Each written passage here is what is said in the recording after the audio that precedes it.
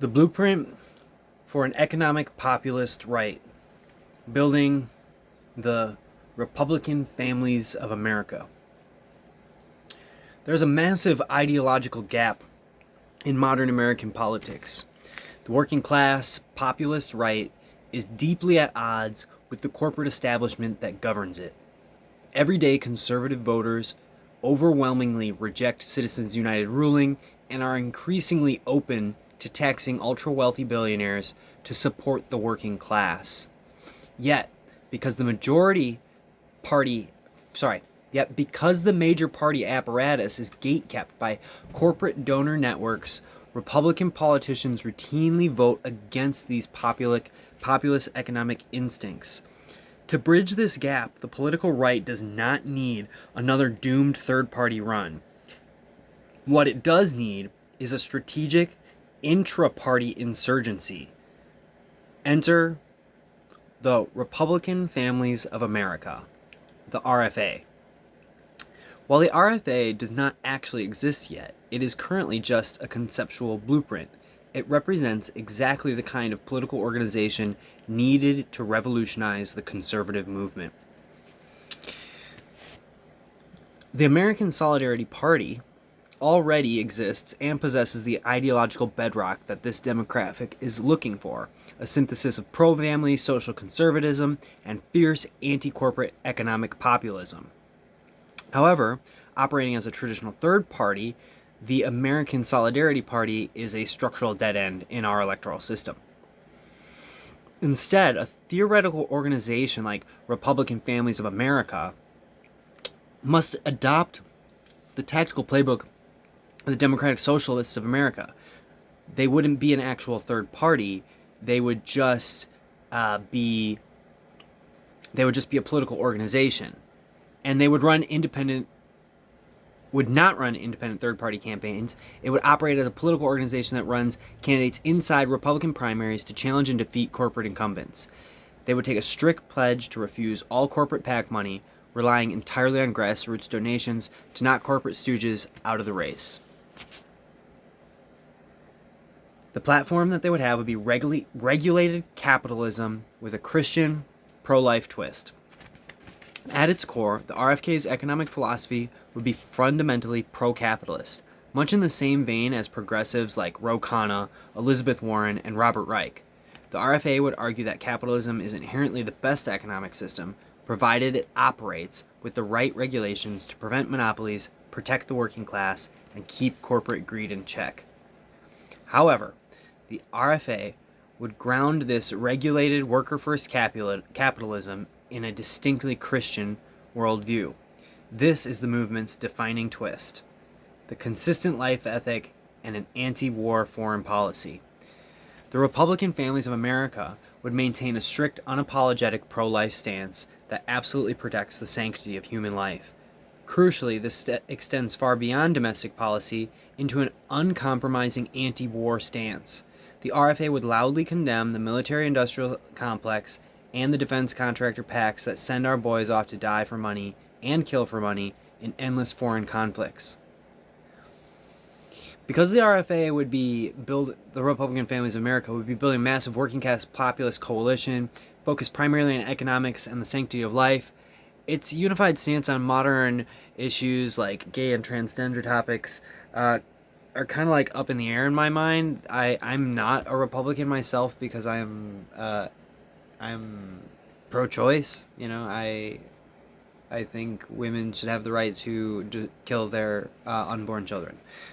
Yes, like Kali. If you know your Hinduism, sorry Christians, your religion probably comes from theirs. Sorry.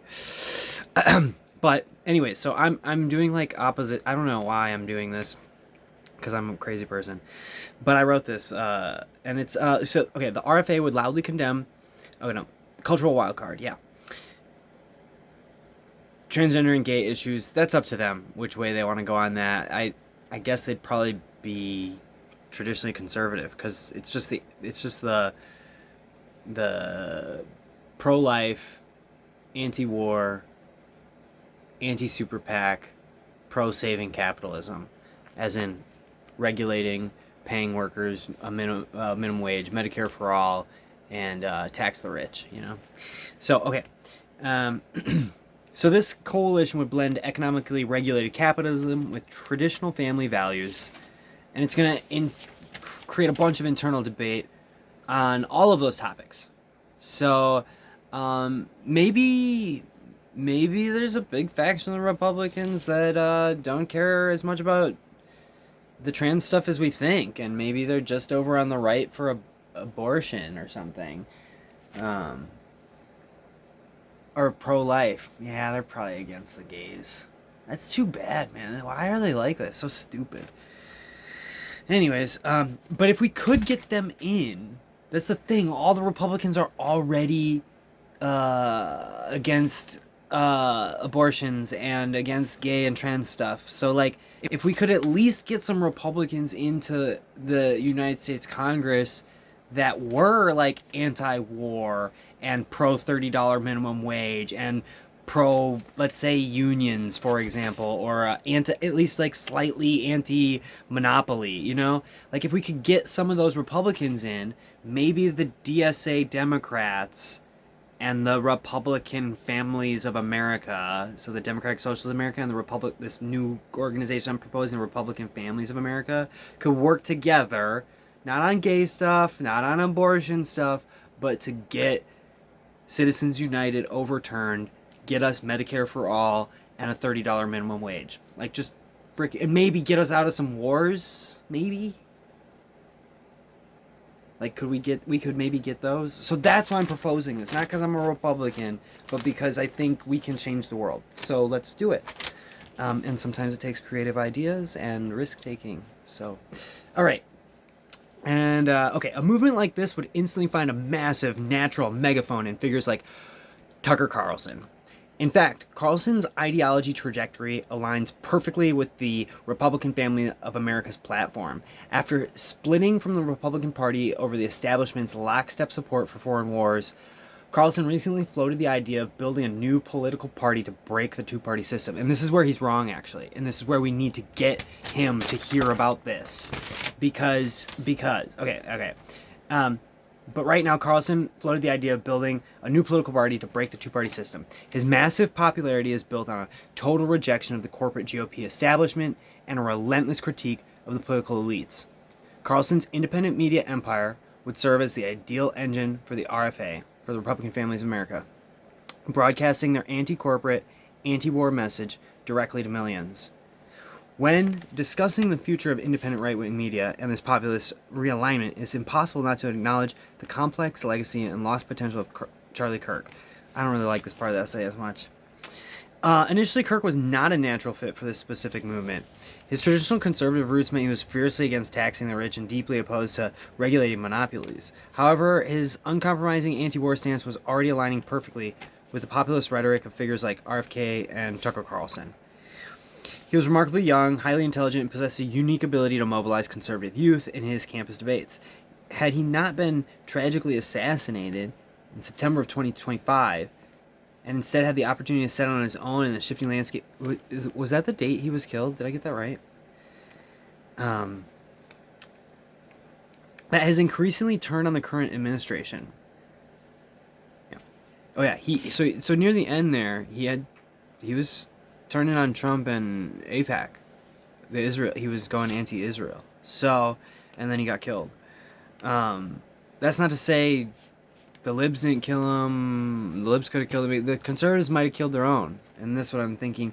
He might have been, had he not been tragically assassinated, and instead had the opportunity to set out on his own in the shifting landscape of a GOP that is increasingly turned against Trump's administration, Kirk's politics may have evolved. It is entirely possible that his trajectory would have shifted slightly towards a save capitalism from itself direction, making his death a profound tragedy for the intellectual evolution of this rising right-wing politic. So more about RFK. RFK, not RFA. That's Robert F. Kennedy Jr. For the Republican Families of America to move from concept to reality, it requires a high-profile figurehead who could bridge the gap between social conservatism and radical anti-corporate populism. Robert F. Kennedy Jr. is uniquely positioned to execute this exact playbook as a Republican presidential candidate. Kennedy's foundational brand is built on a deep skepticism of corporate power, pharmaceutical monopolies, and captured federal agencies. Meanwhile, as the current HHS secretary, he has adopted the Republican platform and social stances on the protection of life. If Kennedy ran a primary campaign as a Republican, but completely adopted this American Solidarity Party, which already exists, as a third party, or this Republican Families of America that doesn't exist yet but wouldn't be a third party, it would just primary Republican, corporate Republican incumbents, the way DSA primaries corporate incumbent Democrats. So if Kennedy would adopt that platform, he could successfully merge the socially conservative base with the economically disenfranchised working class. By taking a strict no PAC money pledge, he could bypass the GOP's billionaire donor class entirely. The ideological infrastructure for a working class, pro-family, anti-corporate, conservative movement already exists. It simply lacks the Republican Families of America, a political organization that primaries Republicans with Republicans who take no PAC money, want to end Citizens United, give us Medicare for all, give us a $30 minimum wage, break up monopolies a little bit, maybe, and get out of some wars, maybe?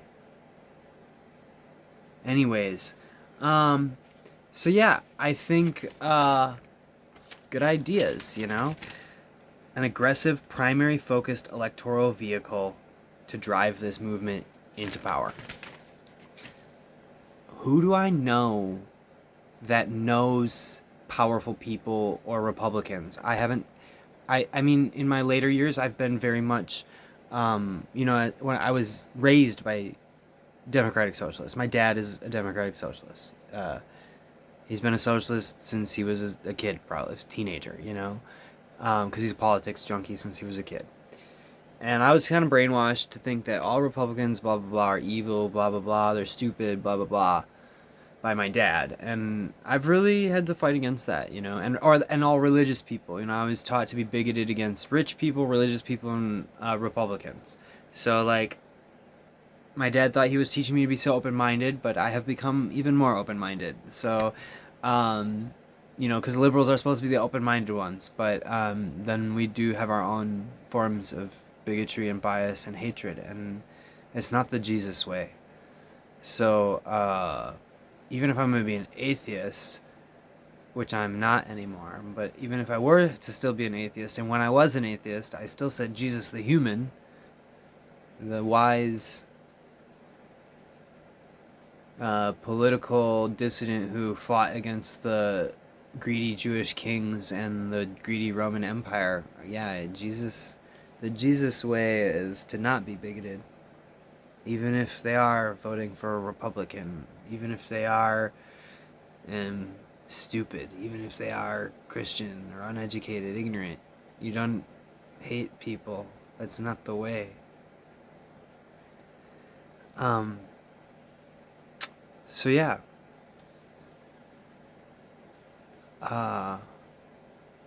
Who do I know that's Republican and involved in politics? Especially working class Republican. I mean, I'm open. There's a lot of middle class people in the socialist movement.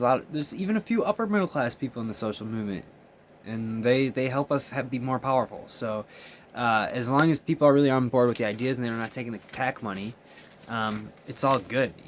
Ro Khanna's pretty rich, but he's anti-PAC. Because there are principled humans in this world. They exist. So if there's an open-minded, principled, if anybody is loving this idea and has more power, can you just loudspeaker it? And if you need me to flesh it out more, I will totally help because I'm really smart. And I see that this could help change America for the better. So America will be better if we have a better Republican Party. And we have a better Republican Party if they stop taking the PAC money. DSA are they perfect? No. But do they flesh out the debate? Do we get better ideas? Can we get better laws if we stop taking money from the corporations for our politicians? I mean, I think so. I think it's obvious. So the Republican Party needs to step it up. Republican voters, please advocate for yourselves. This is crazy, y'all. You can't just keep taking these terrible Republican politicians just because they're pro-choice, pro-life. Like, don't let them win you over with one issue and then just give you nothing. Like, demand this. Where is this? We need an RFA. We need the Republican families of America in getting into politics. We need the actual Republican families of America. Somebody needs to create this organization and make it happen. And the name is perfect because it's exactly what you guys are, and it's exactly what you're all about. And that's exactly what some of these economic populist policies are all about. Medicare for all is all about families. $30 minimum wage is all about families. You know, it's about the sanctity of life. It's about respect for life. So, fuck, I get so passionate. It seems like I'm mad, but I actually so optimistic because I might be smart, but I know there's lots of geniuses out there like me because humans are genius by nature. And I'm sure I'm not the only one coming up with really great ideas about this, and I'm pretty excited for how we can make the world a better place. So, if anybody wants to collab, reach out.